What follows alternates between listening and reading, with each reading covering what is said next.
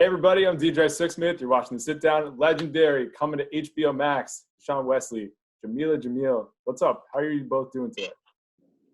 I'm good. I'm happy to be here.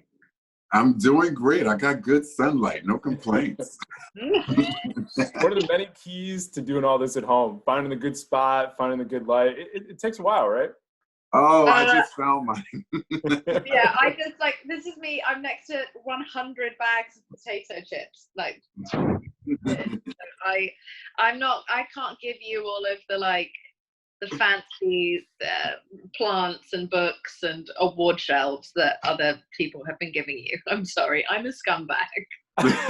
I like that you're just fully open about it. Like, people push all that crap to the side and you're like, here I am. These are my quarantine stacks. Just in my shit, man. Well, I'm really excited for people to check out Legendary. I got a chance to check out first couple episodes. It's a lot of fun. There's some really talented people, really stylish people. So, Dashaun, why don't we start with you? What was the dopest part of this experience for you? The experience is I just say the environment in the room is like no other. You know, once you get in that room on that stage and you're dressed up and you are in your character and sort of like you're there and you're present and you're seeing what's going on in front of you. It's so amazing because some things can be shocking, some things can be amazing, some things can, it's definitely an emotional roller coaster that it puts you. Yeah. And I had that, that great opportunity to see that and feel it. And so you just know what's going on in the room when it happens. So it's, to me, it's like no other. There's no other experience to have than being in the room of Legendary. How about for you, Jameela? What was the most fascinating part of the experience? I think there were so many things, but mostly what the contestants were able to pull together week after week after week. I mean, they had so little time to come up with such huge creative storylines. I mean, you are not seeing something budget. There was no expense spared, no imagination spared. It was like what performances that take months to plan, and these contestants were pulling it together every 5 or 6 days.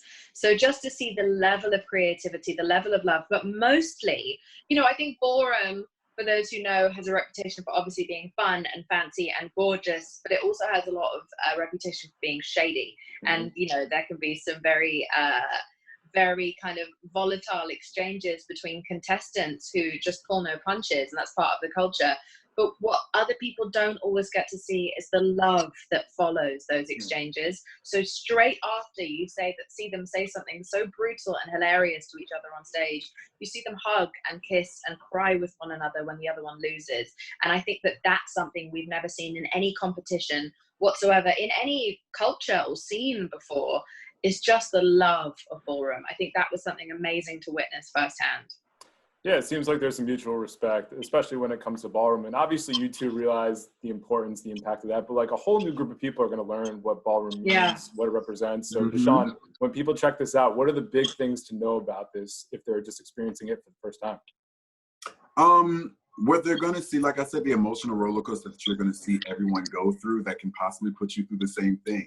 I know, there's 8 different houses. That's 40 different people that's together, putting their heart, blood, sweat, and tears on the runway when it comes to creating outfits, making sure they receive their tins, making sure they don't get chopped, making sure they put their best selves forward, definitely when they're hitting the runway and the stage. And I just think that, one thing that's so beautiful and amazing is to know how someone can take one description and bring something to life on the runway. And we're going to be able to see those houses sort of do that. And I think the people in the audience, or those at home who are going to be watching, it's just going to be like, wow, or whoa, or I would have never thought and expected that. So it's just amazing. And another beautiful thing you are going to see, and I had to mention this, is Jameela's gown.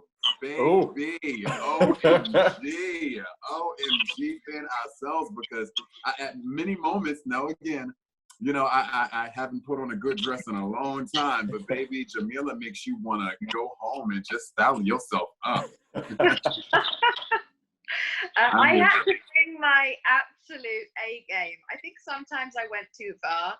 I look back with tremendous regret of one particular white wig that I don't know what I was thinking at the time. And I can't welcome enough dragging for that decision. I drag and I cancel myself for that decision, but outside of that, I just wanted to, it's a culture that has so much fun and they can be so extra and extravagant and creative. And so I wanted to make sure that I showed up looking like I'd made an effort in homage to the ballroom culture.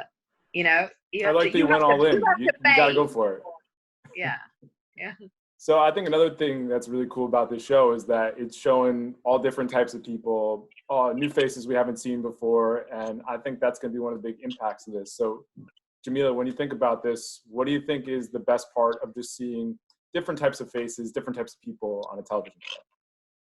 I think what's so important about this is representation. And this is a culture that we have only really seen bits and bobs of. We've seen it so spectacularly displayed on Pose. But I think now we need to keep pushing that. We can't just have one declaration of ballroom. And I think that it's important for people to see more and more of it everywhere. And, Dashaun and I have been speaking about this a lot, in our interviews, that a lot of what you see in mainstream culture originally came from ballroom. A lot of the fashion, the dances, the vernacular, so much of it has been appropriated from this community. And so it's so great to be able to consistently show again and again and again that this is where it came from, that these are the people you should be celebrating, and these are the people who should be benefiting and profiting off of the art that they put out into the world. And so I think that that's something that's really important about the representation.